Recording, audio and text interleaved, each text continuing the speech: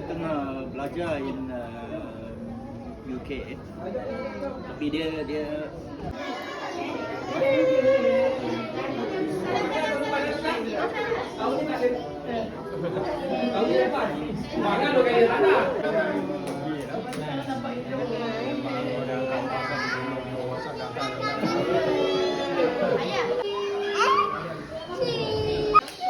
Jaga tajam.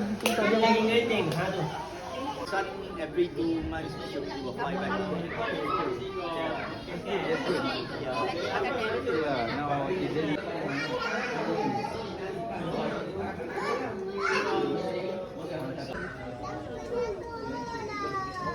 Tengok muka tu, muka.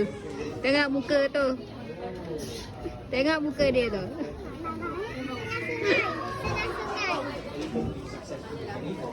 Dah